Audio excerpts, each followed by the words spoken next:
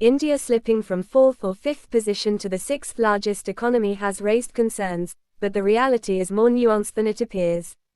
First, understand this.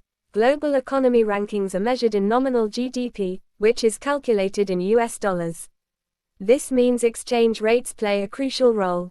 India's economy has not shrunk. In fact, it continues to grow at one of the fastest rates among major economies, around 6 to 7% annually.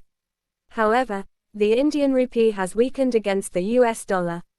Because of this, when India's GDP is converted into dollars, the total appears smaller, even though actual economic activity within the country has increased. At the same time, the United Kingdom moved ahead of India in rankings. This was not due to significantly higher growth, but largely because the British pound remained relatively stronger against the dollar. As a result, the UK's GDP appears larger in dollar terms.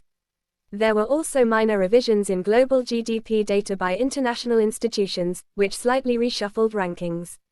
So, the key takeaway is this: India's drop to 6th position is mainly a technical and currency-driven shift, not a sign of economic weakness. Now, the bigger question: how can India rise to become the 3rd largest economy in the world? The path is clear but requires consistency. India must sustain high GDP growth, ideally between 6.5 to 8% over the coming years. Faster growth compared to countries like Japan and Germany will naturally help India move ahead. Second, manufacturing needs a major push. Increasing its share in GDP from around 16% to over 25% will create jobs, boost exports, and strengthen the economy. Third, exports must rise significantly. India needs to take advantage of the global China Plus One strategy by becoming a major export hub. Fourth, continued investment in infrastructure, roads, railways, ports, and digital systems will reduce costs and improve efficiency across industries. Fifth, India must move up the value chain in technology and services, focusing on areas like artificial intelligence, fintech, and high-value digital services.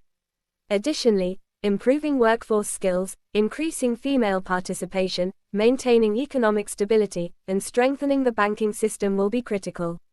If India continues on this path, it is well positioned to become the world's 3rd largest economy within the next decade. In simple terms, this is not a setback, it's a temporary shift on a long-term growth journey.